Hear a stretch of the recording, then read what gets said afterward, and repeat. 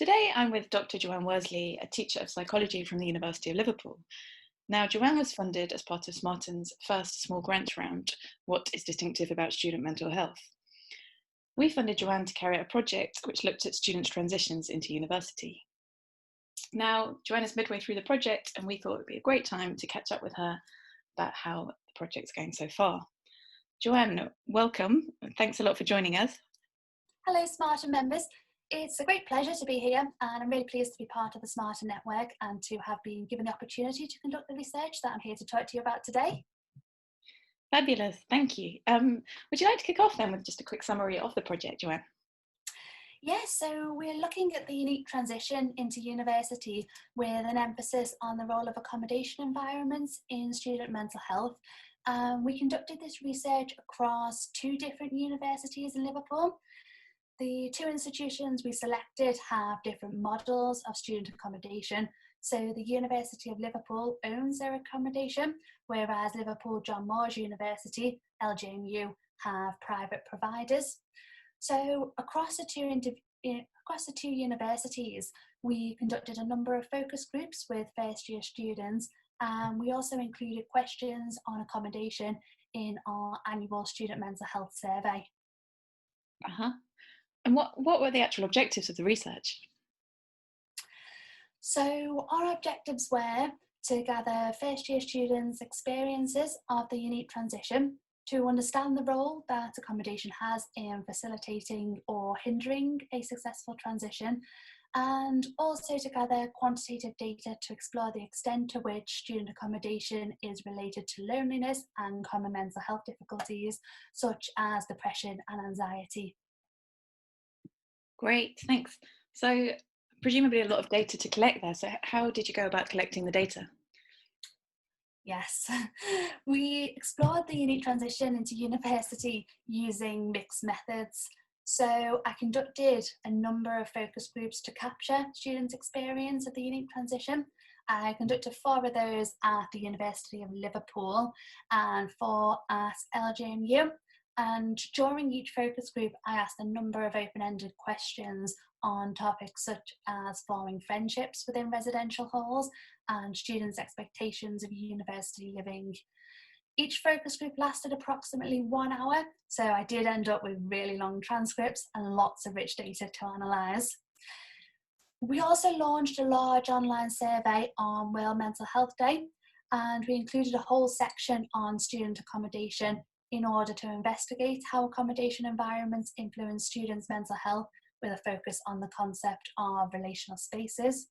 So a lot of the questions focused on the interpersonal relationships that go on in halls, and we also included questions on communal areas, communal dining, and sense of belonging. So yeah, a real focus on relational spaces. Sounds great. Were there any ethical considerations though in your work? And how did you mitigate them if there were?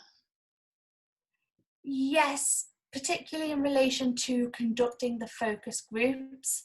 It was actually quite challenging to gain ethical approval. And I think the main concerns were that confidentiality couldn't be guaranteed using focus groups, and that students might become distressed due to some of the questions we wanted to ask, particularly around loneliness and mental health.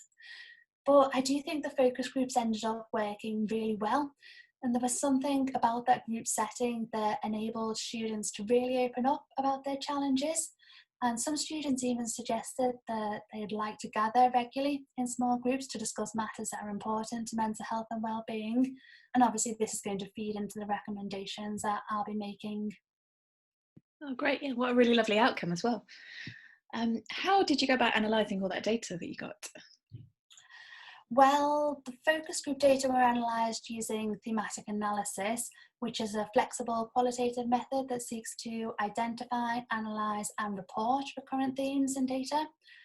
The quantitative data were analysed using a number of regression analyses, as I wanted to look at the role of accommodation in relation to continuum measures of distress. So we have a number of accommodation variables such as sense of belonging to accommodation, interpersonal relationships within flats, etc., as predictors of common mental health difficulties and also loneliness as well.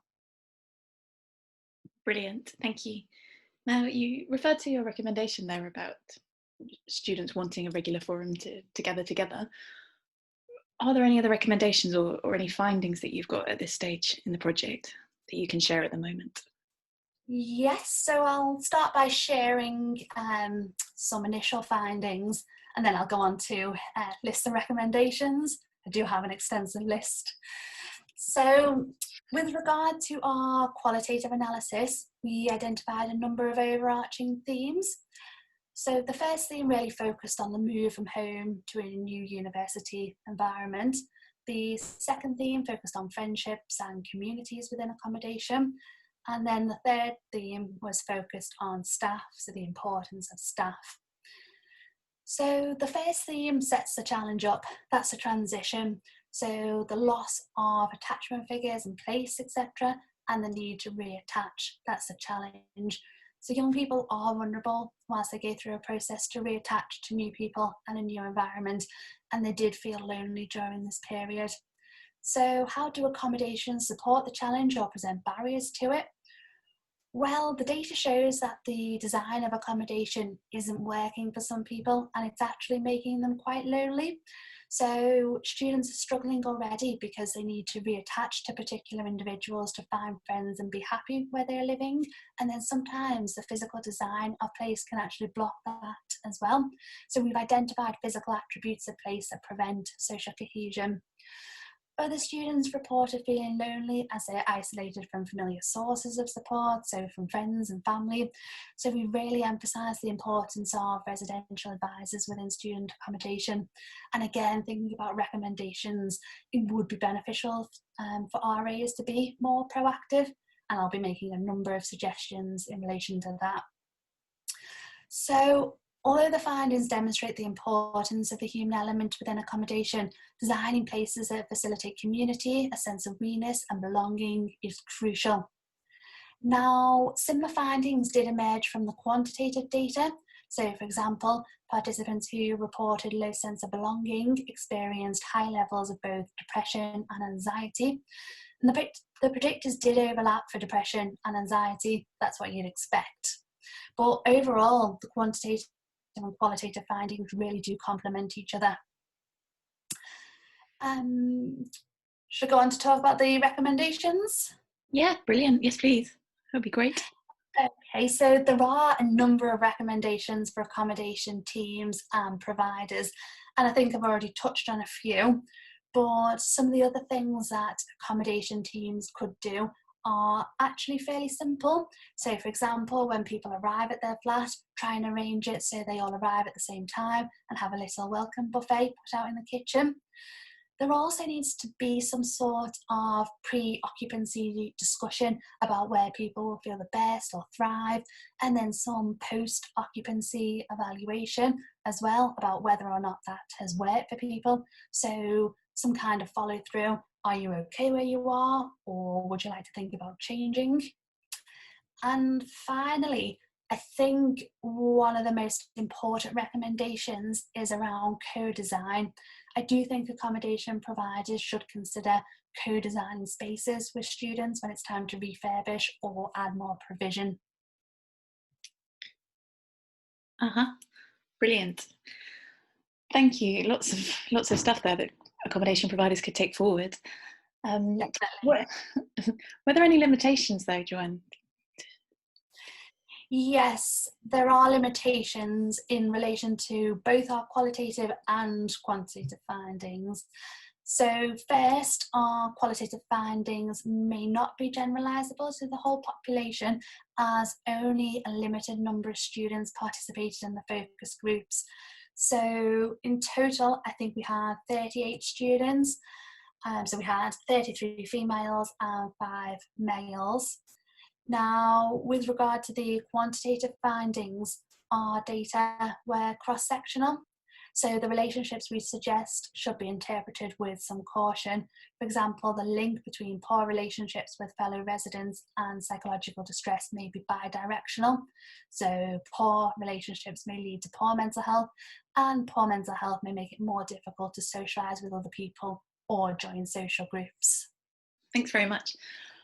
A question that seems hard to avoid in the current circumstances, and especially as we funded you for a period of a year, really, to carry this research out. Has COVID-19 presented any challenges to you carrying out your research? Yes, so we did actually plan to gather follow-up data from first year students in April to explore change in common mental health difficulties between students living in halls and those living elsewhere. And we were going to explore how friendship development, group membership and student sense of belonging are related to this. But unfortunately, we didn't launch our follow-up survey. Yep, inevitable, I suppose, in the circumstances. True. A final question, Joanne. Next steps, I guess. What are you planning to do next? Well, we think we know what doesn't happen to students at universities these days, and that's got something to do with forming the connections that get them through, essentially the support. So how do you intervene to help students form support networks? Well, you do that with social prescription. So we hope to follow up by running different groups in student accommodation and evaluating these groups. So for example, reading groups where you're bringing people together, and these could be reading literature or reading poems. And just one final point as well, after conducting the focus groups, I also thought it might be worth discussing the role of accommodation in more detail with students who arrive at university with pre-existing mental health problems and really exploring the challenges they face. Thank you, Joanne. That was incredibly comprehensive and insightful. And you've kindly agreed to share your details, which is wonderful. I'm sure there'll be many members of the Smartin Network who are eager to stay in touch and follow as your research unfolds. So thank you for that, and thanks so much for your time today. No problem at all. I'll be delighted to hear from anyone who's interested in my research. Thanks again for having me, Laura. Really enjoyed it.